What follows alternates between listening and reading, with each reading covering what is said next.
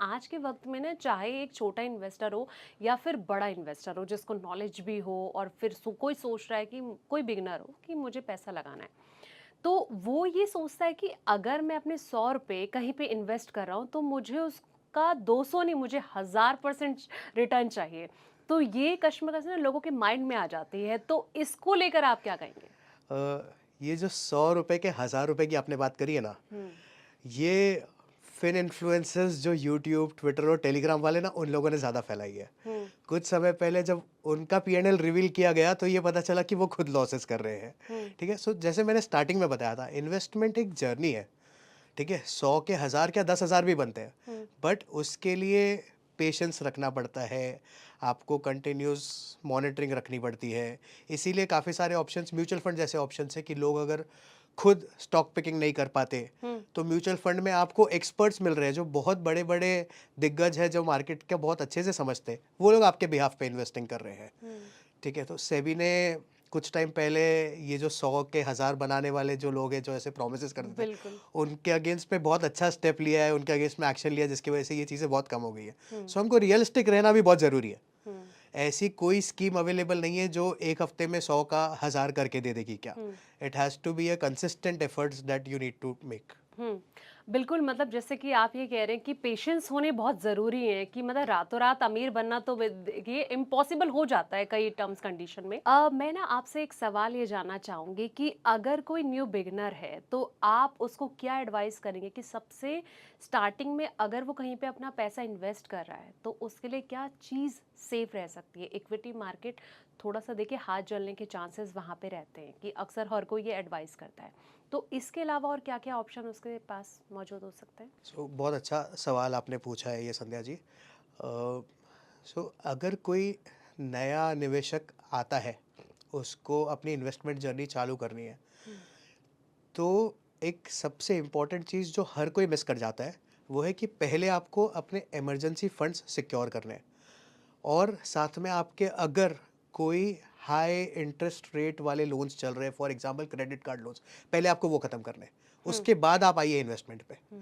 फिर इन्वेस्टमेंट में आपके पास ऑप्शंस आ जाते हैं। आप डायरेक्ट स्टॉक पिकिंग कर सकते हो, आप ईटीएफ्स बाय कर सकते हो। अब हुँ। ईटीएफ्स भी एक बहुत अच्छे ऑप्शन है जो पॉपुलर नहीं है ज़्यादा। हुँ। आपको निफ्टी 50 के ईटीएफ लेने हैं तो आप वो ईटीएफ ले लेंगे तो आपके बाय डिफ़ॉल्ट टॉप 50 स्टॉक्स जो है निफ्टी 50 में, उसमें इन्वेस्टमेंट हो गया। हुँ। आप म्यूचुअल फंड्स में इन्वेस्ट कर सकते हैं। आईपीओ एक बहुत अच्छा मीडियम है नए इन्वेस्टर्स के लिए इन्वेस्टमेंट करने के लिए। हुँ। एक नई कंपनी जो अभी अपनी लिस्टिंग की जर्नी स्टार्ट कर रही है, उसी के साथ इन्वेस्टर भी स्टार्ट कर सकता है अपनी इन्वेस्टमेंट जर्नी, और उस कंपनी को ट्रैक कर सकता है कि वो कैसे ग्रो हो रही है, क्या उसका सक्सेस है और किस तरीके से वो लोग आगे बढ़ रहे हैं, क्या उनकी कमेंट्री है। तो हुँ। ऐसे बहुत सारे ऑप्शंस इन्वेस्टर के पास अवेलेबल है हुँ। जब वो जर्नी स्टार्ट करेगा तो। हुँ। अच्छा, एज फैक्टर कितना मैटर करता है? मतलब अगर देखा जाए कि इन्वेस्टमेंट कहते हैं ना कि पहले के लोगों का तो एक ही मोटिव होता था कि देखिए सरकारी स्कीम में पैसा लगा दीजिए, वो चलता रहेगा कि जब रिटायरमेंट का टाइम आएगा तब वहाँ से भी हम उसका बेनिफिट ले सकते हैं। तो आज के वक़्त में जैसे आपने जेन ज़ी की बात की कि कहीं न कहीं इनके अलग प्रोस्पेक्टर होते हैं कि किस तरीके से इन्वेस्टमेंट किया जाए। तो आपके हिसाब से इन्वेस्टमेंट के लिए एज फैक्टर कितना ज़्यादा इम्पोर्टेंट है? तो मैं एक चीज़ मानता हूँ, इन्वेस्टमेंट स्टार्ट करने का राइट टाइम आज है, अभी है। हुँ। ठीक है, अगर फॉर एग्जांपल कोई इंसान 24 साल की उम्र में अपनी फिटनेस का ध्यान देना शुरू कर देता है, ठीक है, अच्छा खाता पीता है, एक्सरसाइज करता है, सब कुछ करता है, तो वो ये लाइफ लॉन्ग करते रहेगा। हुँ। ठीक है, वो 50 साल 60 साल 70 साल जब तक जिएगा तब तक वो करता रहेगा। हुँ। अब यही कोई इंसान अगर 40 की एज में, उसने 24 साल से तो अपना ध्यान नहीं रखा, ठीक है, बट 40 की एज में वो चाहता है कि अब मुझे अपनी हेल्थ का ध्यान देना है, तो ऑफकोर्स वो देगा, वो उसके लिए राइट टाइम है करने के लिए। Correct. Same is with investment. अगर आप 40 की एज में हो, आप 35 की एज में हो, आप 30 की एज में हो, हुँ। आप जब भी हो, आपको इन्वेस्टमेंट जर्नी अगर स्टार्ट नहीं की है तो आपको आज से स्टार्ट करनी चाहिए ये चीज़। हुँ।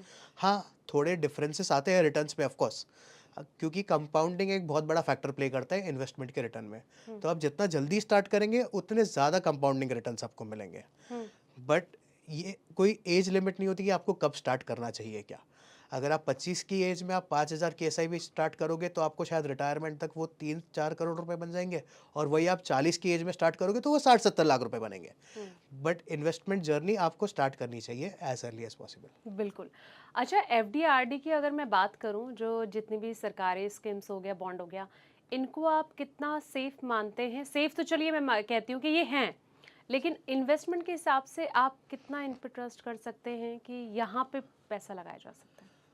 ट्रस्ट तो देखो बिल्कुल किया जा सकता है हुँ, एफडीज और आरडीज पे, ये सालों से चलती आई हुई चीज़ है। बड़े बड़े इंस्टीट्यूशंस है, बैंक्स है जो ये इन्वेस्टमेंट ऑप्शंस दे रहे हैं। हुँ, ये सेफ़ है, बिल्कुल सेफ़ है, इसमें कर सकते हैं हम। बहुत सारी इन्वेस्टमेंट लोग कर भी रहे हैं आज के हुँ, टाइम पे। पर पॉइंट ये है, क्या ये इन्फ्लेशन भी बीट कर पा रहे हैं क्या? लोगों को ये समझना बहुत ज़रूरी है कि क्या एफडी और आरडी हमें इन्फ्लेशन बीट करके देते हैं क्या? बट हाँ, ये एक डाइवर्सिफिकेशन पॉइंट ऑफ व्यू से आपके पोर्टफोलियो में सेफ्टी मेंटेन करने के लिए ज़रूरी ऑप्शन है। हुँ।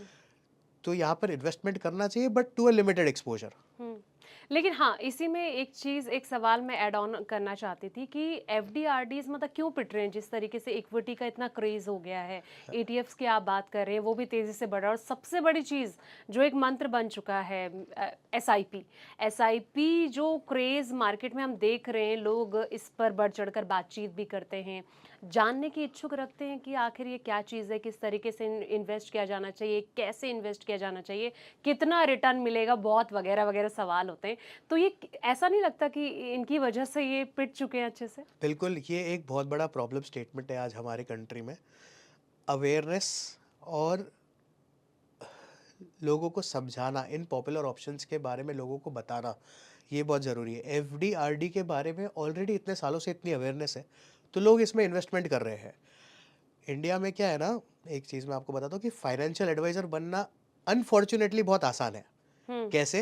हुँ, आपने एक सही टिप दे दी और आप फाइनेंशियल एडवाइज़र बन गए। हुँ, उसके बाद में कोई आपको देखता नहीं है, आपके बोलने पे लोग, आपके फ्रेंड्स, फैमिली इन्वेस्ट करने चलेंगे, but that is not the right way. India में एक्चुअल जो फाइनेंशियल अवेयरनेस होती है, फाइनेंशियल एडवाइज़र्स होते हैं, उनको आज भी उतना ज़्यादा फॉलो नहीं किया जाता।